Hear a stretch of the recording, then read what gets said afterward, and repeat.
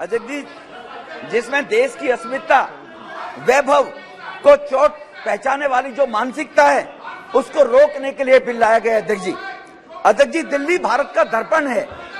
दिल्ली के अंदर जहां भारत में सभी दुनिया के देशों के दूतावास है, सभी राज्यों के यहाँ पर भवन है, दिल्ली दुनिया भर के डेलीगेट्स जो आते हैं भारत के अंदर, वो दिल्ली के अंदर भारत को देखते हैं कि दिल्ली कैसी है तो भारत वही वैसा होगा। जहां भारत को शर्मिंदगी से बचाना है, वहां इस प्रकार के बिल लाने आवश्यक होते हैं। अध्यक्ष जी, जब कोई अनारकी लोक सत्ता के ऊपर बैठ जाए। अध्यक्ष जी, हम सबने बचपन में पढ़ा है, महाभारत देखिए, उस सीरियल में एक श्लोक आता है, यदा यदा ही धर्मस्य ग्लानि भर्वति भारत अभ्युत्थानम धर्मस्य तदात्मानम सर्जाम्यहम् परित्राणाय साधूनां विनाशाय च दुष्कृताम् धर्म संस्थानार्थाय संभावी युगे युगे। अध्यक्ष जी, ये महाभारत में जो कहा गया है कि जब जब धरती के ऊपर अधर्म पैदा होगा, तब तब मैं आगे आता हूं। जब जब अधर्म बढ़ता है, सज्जन लोगों की रक्षा के लिए मैं आता हूं, दुष्टों के विनाश करने के लिए मैं आता हूं, धर्म की स्थापना के लिए मैं आता हूं, और युग युग में हमेशा जन्म लेता हूं। ये महाभारत में कहा गया हमारे पुराण में। अध्यक्ष जी, अब अध्यक्ष जी, ये बिल दिल्ली में पिछले 8 वर्ष से हो रहे अधर्मी सरकार के अधर्म को समाप्त करने के लिए लाया गया है। अध्यक्ष जी, महाभारत में एक चरित्र था जिसका नाम था दुर्योधन। आज दुखद है कि दिल्ली राज्य में भी उसी चरित्र का उसी नकारात्मक मानसिकता का व्यक्ति इस दिल्ली के अंदर दुर्योधन के रूप में यहाँ पर बैठा हुआ है। सर फर्क इतना है, वो दुर्योधन लंबा चौड़ा था, ये दुर्योधन थोड़ा बौना है। सर दूसरा, उसके पास एक शकुनी था, और इस बौने दुर्योधन के पास को बहुत भ्रष्टाचारी, परिवारवादी, सनातनी विरोधी ऐसे गठबंधन के लोग साथ लग गए हैं। सर इसलिए अध्यक्ष जी, राज्य के एडमिनिस्ट्रेशन और जनप्रतिनिधिगण में तालमेल की आवश्यकता होना जरूरी है। मैं सहमत हूं, अभी नेता प्रतिपक्ष ने विपक्ष ने कहा है, दोनों को मिलकर जनता के काम, जनता की सेवा करनी चाहिए, ये बिल्कुल ठीक है अध्यक्ष जी। परंतु जब अध्यक्ष जी छलिया, अहंकारी, भ्रष्ट, कायर जनप्रतिनिधि सत्ता में बैठ जाते हैं, तब जन सेवा में लगी व्यवस्था पक्ष को संरक्षित करना अति आवश्यक हो जाता है। अध्यक्ष जी, इस बौने दुर्योधन के चरित्र की विशेषता मैंने पहले कहा, छलिया के रूप में। अध्यक्ष जी, मैं इनकी राजनीति की यात्रा के बारे में बताता हूं, सदन को अपने आप इनका सब पता चल जाएगा। सर अध्यक्ष जी, जो मान्य सदस्य बैठे हैं, पहला चरित्र था विश्वासघात। जिन लोगों को जनमानस का एक विश्वास था, अन्ना जी जैसे लोगों को, कुमार विश्वास जैसे लोगों को, सत्ता पर बैठने के बाद उनके साथ विश्वास किया, जिनके दम पर राजनीति में आया था, ये कहकर कि पढ़े लिखे लोग होने जरूरी नहीं है, अन्ना जी भले अनपढ़ है लेकिन शासन व्यवस्था बहुत बढ़िया चलाएंगे, ये पौने दुर्योधन ने बोला था। अध्यक्ष जी, इसीलिए अध्यक्ष जी उनको धोखा दिया। दुर्योधन ने ऐसा ही विश्वासघात किया अपने चचेरे पांडव भाइयों के साथ, इन्होंने भी वही किया। इसीलिए अध्यक्ष जी, दुर्योधन ने भी छल कपट से सत्ता हथियाई। इनका छल कपट देखिए, दिल्ली वासियों के साथ झूठे वायदे करके कहा, इस बौने दुर्योधन ने, मैं पूरी दिल्ली में सीसीटीवी कैमरे लगाऊंगा। ये पता नहीं कांग्रेसी कहां ढूंढ रहे हैं सीसीटीवी कैमरे। मैं 500 स्कूल बनाऊंगा, पता नहीं इन्होंने कहा 500 स्कूल गिन लिए कांग्रेसियों ने। 500 स्कूल के साथ 20 कॉलेज बनाऊंगा, फ्री वाईफाई दिल्ली को दूंगा, दिल्ली को लंदन पेरिस बनाऊंगा, पेरिस बनाने के बाद हर घर में नल से जल दूंगा। इस छलिए ने छल कपट करके जन लोकपाल भ्रष्टाचार के खिलाफ लेकर आऊंगा, 2 लाख पब्लिक टॉयलेट बनाऊंगा, 30,000 बेड के नए अस्पताल बनाऊंगा। ये बताइए, दिल्ली में कोई गिनवा कर, आप दिल्ली देश की राजधानी में माने सांसद के रूप में सदस्य बैठे हुए, गिनवा कर बताएं और वो रिपोर्ट रखें कि उस छलिए ने जो कहा था वो कितना दिल्ली का विकास हुआ है। अहंकार अध्यक्ष जी, अहंकार में कृष्ण भगवान ने भी कहा था, बार बार दुर्योधन को कहा, पांडवों को 5 ग्राम दे दो, एक सुई की नोक की बराबर भी नहीं दूंगा, ये दुर्योधन ने बोला था। ये जनप्रतिनिधि की सेवा भाव से काम करना चाहिए था, लेकिन बौना दुर्योधन क्या कहता है, मैं दिल्ली का मालिक हूं, ना खाता ना बही, जो ये कहे वो सही। कहता मैं दिल्ली का मालिक हूं, इलीगल काम करने के लिए, अनैतिक असंवैधानिक काम करने के लिए, गुंडागर्दी दादागिरी का परिचायक बन गया। मैं उदाहरण देना चाहता हूं अध्यक्ष जी, एक एक करके दिल्ली में 1000 नई बसें लानी थी। अध्यक्ष जी, 1000 बस लानी थी, उसका दिल्ली में कैबिनेट ने अप्रूवल दे दिया। एक प्राइवेट निजी कंपनी को 2,500 करोड़ का घोटाला, बस की कीमत होगी 1 करोड़ और बस पर मेंटेनेंस में पैसा दिया जाएगा कंपनी को 3 करोड़। जब जो कमिश्नर ट्रांसपोर्ट थी उसने कहा इसके लिए डीपीआर बनाइए, टेंडर होगा, ऐसे टेंडर दिए जाते हैं क्या? उस कमिश्नर ने अगर मना कर दिया, हम कह रहे हैं आप दे दो, तो जाकर देखिए बुराड़ी में कमिश्नर ऑफिस में इंस्पेक्शन के बहाने से 200 आम आदमी पार्टी के गुंडे ले जाकर उस महिला अधिकारी के साथ दुर्व्यवहार किया गया, उस पर दबाव बनाया गया कि तुम जाने के बाद ये टेंडर पास कर दो। ये 2,500 का घोटाला वो करना चाहता था अध्यक्ष जी। दूसरा, इनका चीफ सेक्रेटरी को बुलकर अभी अधीर दादा कह रहे थे, बिल्कुल ठीक कहा, अधिकारियों के खिलाफ व्यवस्था चलाने के लोकतांत्रिक पद्धतियां होनी चाहिए, बिल्कुल ठीक कहा। लेकिन चीफ सेक्रेटरी को कहा जो हम कहें वो करो, वरना विधायकों को बुलाकर इस देश में एक एग्जाम्पल बता दो अध्यक्ष जी 38 राज्यों में कि चीफ सेक्रेटरी को अपने दफ्तर में बुलाकर विधायकों से सार्वजनिक रूप से पिटवाया जाए, उसके साथ बदतमीजी की गई, गुंडागर्दी की गई। मैं नाम नहीं लेना चाहता अध्यक्ष जी ऐसे अधिकारियों का। इसी परेशानी से होकर दिल्ली के 8 अफसरों ने एलजी साहब को चिट्ठी लिखी, अगर आप कहो तो मैं टेबल कर दूंगा या अफसरों के नाम भी ले सकता हूं, लेकिन कहते हैं अध्यक्ष जी सदन में नाम नहीं लेने चाहिए, सदस्य के तो सदस्य नहीं है। अधिकारी, 2 अधिकारियों ने तो जो सूरबीर और मधुबर बना है उनका तो नाम लेना चाहता हूं, उनके परिवार पंजाब में रहते हैं, उनको वहां टॉर्चर करने का काम किया जा रहा है उन अधिकारियों के परिवारों को। इस प्रकार की अहंकारिता, भ्रष्टाचार में इस भौने दुर्योधन ने जनता के सामने तो कहा था भ्रष्टाचार खत्म कर दूंगा, राम राज्य लेकर आऊंगा। ये दलदल है, सोनिया चोर है, लालू चोर है, डीके शिवकुमार चोर है, शरद पवार चोर है, नीतीश मुलायम सिंह चोर है, सबको चोर भ्रष्टाचारी बताया था। इसी ने बताया सर, हमने नहीं बताया, इसी ने बताया था, हमने नहीं बताया। ये सब चोर बैठे हैं सर, एक पर केजरीवाल, और बाद में इन्हीं की झूले में झूलने लगा अकेले। इससे बड़ा छलिया क्या होगा? इन्हें जेल भेजूंगा। शीला दीक्षित के खिलाफ मेरे पास 300 पन्नों का सबूत है। मैं तो एज पर केजरीवाल बोला अध्यक्ष जी, मैं नहीं कह रहा, केजरीवाल के बयान भेजूंगा कल आपको सबको। उसके बाद इन्हीं की शीला को जेल भेज दूंगा और ये दुर्योधन जाकर उन्हीं की गोद में झूल रहा है। अध्यक्ष जी अब मैं इसके बताता हूं, भ्रष्टाचार की सूची, लीकर स्कैम किसको नहीं पता है सर? मंत्री जेल के अंदर है। हवाला स्कैम किसको नहीं पता है सर? मंत्री जेल में है। अभी अधीर दादा कह रहे थे आपके पास ईडी है, सीबीआई है, अभी कह रहे थे उनसे एक्शन कराओ।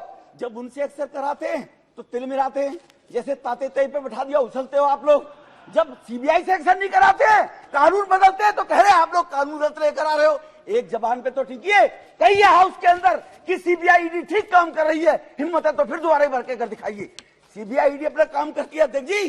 5,000 लोगों के वो डाले थे सीबीआई ईडी ने सर, रेट डाली है, देश का 1.5 लाख करोड़ रुपया रिकवर किया है। ये 10 नेताओं के यहाँ डल गया तो सीबीआई गलत कर रही है, क्योंकि यूपीए के टाइम में लाखों करोड़ रुपया हजम किया हुआ है। डर है सीबीआई वो ना इकट्ठी कर दे, कहीं मोदी साहब ये ना कह दे वो 2.5 लाख करोड़ रुपया भी लेकर आओ जो 12 लाख माने अभी गृह मंत्री जी ने हवाला दिया था। सवार स्कूल रूम बनाने का, कंस्ट्रक्शन का, कमरों का घोटाला, जल बोर्ड के अंदर 8 साल तक जल बोर्ड का ऑडिट नहीं हुआ सर। जल बोर्ड आज लाखों करोड़ के घाटे में चल रहा है। ये शासन दिल्ली का चल रहा है। बिजली के अंदर बिजली कंपनियों ने दावा किया कि हमारा 26,000 करोड़ रुपया चाहिए। बिजली कंपनियों की पेमेंट नहीं हो रही। मैं वकालत नहीं कर रहा कंपनियों की, वो भी लुटेरे, लेकिन किसके नीचे? पहले शीला दीक्षित लुटेरी थी, अब ये बौना दुर्योधन लुटेरा आ गया। इसीलिए मैं आपको बताना चाहता हूं, उस 26,000 करोड़ की सर कर दो, स्पष्ट कर दो सर, उस 26,000 करोड़ की लेनदारी के लिए कंपनियां एप्टल कोर्ट में गई। एप्टल कोर्ट ने फेवर में दिया कंपनियों के लिए कि इसका पैसा लौटाए सरकार। 26,000 करोड़ का मतलब है सर, दिल्ली सरकार का बजट 68,000 करोड़ है, 1/3। क्या होगा जब ये छोड़कर बोला दुर्योधन भागेगा? उन कंपनियों के पैसे को कौन भगाएगा? यह कंपनी छोड़कर भाग गई, दिल्ली अंधेरे में हो जाएगी सर, कौन संभालेगा? प्राइवेट कंपनी है। तो उसके खिलाफ ये करोड़ों रुपए का वकील करके बोला दुर्योधन, करोड़ों रुपए का वकील करके सुप्रीम कोर्ट गया है एप्टल कोर्ट के खिलाफ। किन डीटीसी का स्कैम आपके सामने है सर। पीडब्ल्यूडी के अंदर जो कहता था मुलायम सिंह यादव परिवारवादी है, लालू परिवारवादी है, अपने साडू को 10 करोड़ का ठेका विदाउट डीपीआर टेंडर के दिलवाया।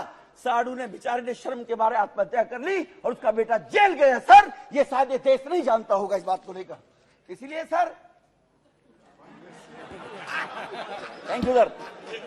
इसलिए आप नेताओं के परिवार के लोगों को लालू परिवारवाद, मुलायम सिंह परिवारवाद, सोनिया जी परिवारवाद, वो सब उसी के पिछले को बने में सारे के सारे लोग ही। पता नहीं क्या मजबूरी है, पर कुछ तो मजबूरियां रही होंगी, यूं ही कोई बेवफा नहीं होता।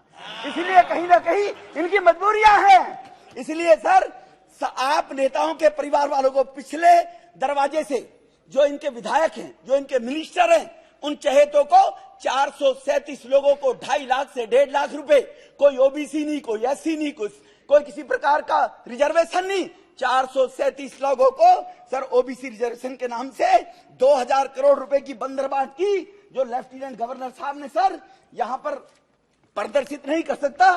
टेबल जरूर करूंगा इनके खानदानों को, जिनको सब लोगों को 2.5 लाख से 1.5 लाख रुपए तक की नौकरी देकर इन्होंने भ्रष्टाचार कम के 2000 करोड़ रुपया बांटा जाता है। इन आम आदमी पार्टियों के विधायकों के बेटी, बेटा, बहू, मौसी, फूफी, चाची, ताई, इनको बांटा जाता है ये पैसा सर। इसीलिए इस बौने दुर्योधन के बारे में जो ये अभी बोल रहे थे 2 मिनट पहले कि वो बहुत बढ़िया काम कर रहे हैं ये बंदरबाट करने का, अब आता सर कायर था। दुर्योधन कायर था सर, लड़ाई नहीं लड़ सकता था, चाले फेंकता था सुकनी के माध्यम से। दुनिया में कोई मुख्यमंत्री है, भारत में कोई मुख्यमंत्री है जिसके पास एक भी विभाग नहीं है? इसके पास विभाग कोई नहीं है। इतना कायर है, साइन कराएगा अफसरों से। अफसर क्यों साइन करेंगे जी मरने के लिए? मुख्यमंत्री क्यों नहीं कराएगा? साइन कराएगा मंत्रियों से। 2 मामा जेल भेज दिए, ठीक है ना जी, उनसे साइन करवा के जी। कायर, इससे बड़ा कायर क्या होगा जी? कोई जिम्मेवारी जो आदमी नहीं लेता हो, परिवार का कोई सदस्य जिम्मेवारी से भगे, तो उससे बड़ा नालायक परिवार का मुखिया नहीं होता है क्या सर? कि परिवार की जिम्मेवारी लेने के लोग जिम्मेवार ना हो, तो इससे बड़ा कायर क्या होगा? ऐसा कायर व्यक्ति अगर दिल्ली की गद्दी पर बैठेगा तो दिल्ली सर देश की राजधानी है सर। सर 2G स्पेक्ट्रम के मैच गेम वो चल रहे हैं सर, तो इसीलिए सर 2G स्पेक्ट्रम के दौरान अगर भारत की अस्मिता लुटेगी, अगर भारत की अस्मिता लुटेगी तो भारत बदनाम होगा। क्योंकि इनकी एक मंत्री विदेश में भी गई, एजुकेशन एक प्राइवेट प्रोफेसर की कॉल पर गई थी और यहां मैसेज दिया, मुझे कैम्ब्रिज ने बुलाया, यूनिवर्सिटी ने, एक प्राइवेट प्रोफेसर ने बुलाया था, और वहां जाकर कहती है इसकी मंत्री, राहुल बाबा की तरह की दिल्ली में 5000 करोड़ लोग भूखे सोते हैं, पता नहीं अफीम पंजाब से अफीम खाकर सोते हैं क्या? अरे 80 करोड़ लोगों को तो मुफ्त खाना दिया जा रहा मोदी जी के माध्यम से 3 साल से। वो कह रहे 5 करोड़ रुपया, 5 करोड़ लोग भूखे सोते हैं, 25 करोड़ लोगों पे मकान नहीं है।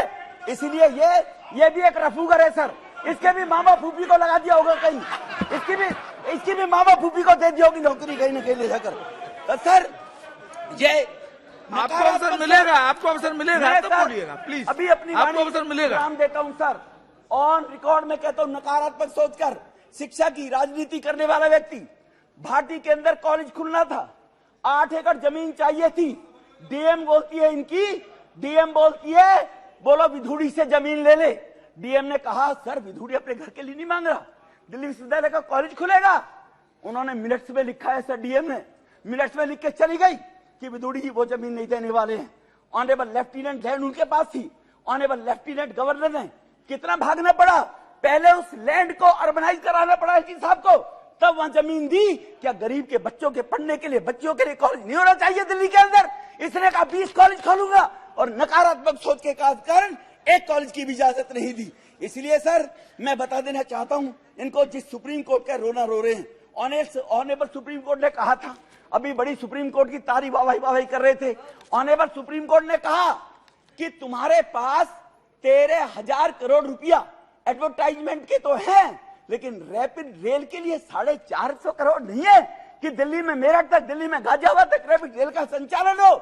ये किसने टिप्पणी की है सर? ये ऑनरेबल सुप्रीम कोर्ट ने की है। तो सुप्रीम कोर्ट की यह बात भी तुम्हें याद करनी चाहिए और बतानी चाहिए, इस बौने दुर्योधन ने 13,000 करोड़ रुपया एडवर्टाइजमेंट पर प्रचार प्रसार में तो लगा दिया, लेकिन 4.5 करोड़ रुपया रैपिड रेल के लिए, डीपीआर के लिए बौने दुर्योधन ने नहीं दिया सर।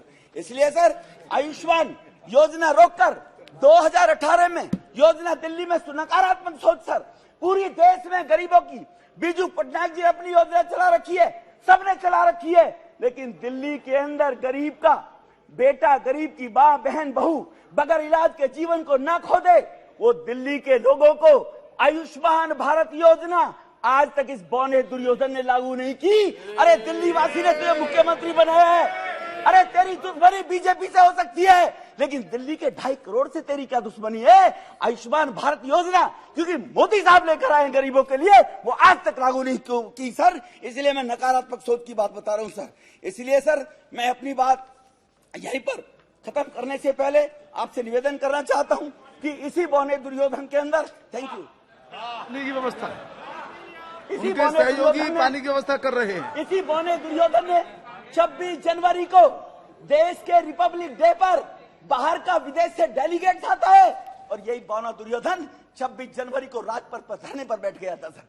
मुख्यमंत्री धरने पर बैठते हैं, ये संविधान की बात कर रहे हैं। ये पूछिए एक बार कल केजरीवाल से जाकर कि देश बड़ा है या बौना दुर्योधन बड़ा है, देश के संविधान के बाद जाकर ये पूछना चाहिए इन लोगों को सर। तो इसलिए 26 जनवरी को इनके लंदन में, जो मैंने पहले कहा, जो लंदन में जाकर भाषण दिया, इसलिए अध्यक्ष जी अभी अधीर दादा बोल रहे थे, इनकी बात का जवाब देना चाहता हूं कि अगर जवाहरलाल नेहरू ने बहुत अच्छा किया था, मणिपुर क्यों जल रहा था? 1993 में इसी मणिपुर में 9 महीने तक दंगे हुए और 750 लोगों की हत्याएं हुई और तुम्हारा गृह मंत्री, तुम्हारा प्रधानमंत्री झांका भी नहीं। और हमारे ऑनरेबल गृह मंत्री साहब ने 2 महीने में दंगों को रोककर यह संदेश दे दिया देश में ऐसा अब नहीं चलेगा। आपने जो मणिपुर के बारे में बोला था, क्या कश्मीर की माता बहनों का दर्द याद नहीं है? ये कौन लेकर आया था? कौन देश को चला रहा था? नेहरू जी, पंडित जी ही चला रहे थे। कश्मीर के अंदर कितने बेघर हिंदुओं को बेघर कर दिया, कितनी माता बहनों की अस्मिताएं लूटी गई, ये किसने किया? ये नेहरू जी के कारण देश बर्बाद हुआ। अधीर दादा, मणिपुर की 250-150 मौतें नहीं होनी चाहिए थी शर्मा के, लेकिन 750 भी हुई तो तुम्हारे कांग्रेस के राज में हुई। उसका जवाब तुम्हें देना पड़ेगा। बहुत बहुत धन्यवाद।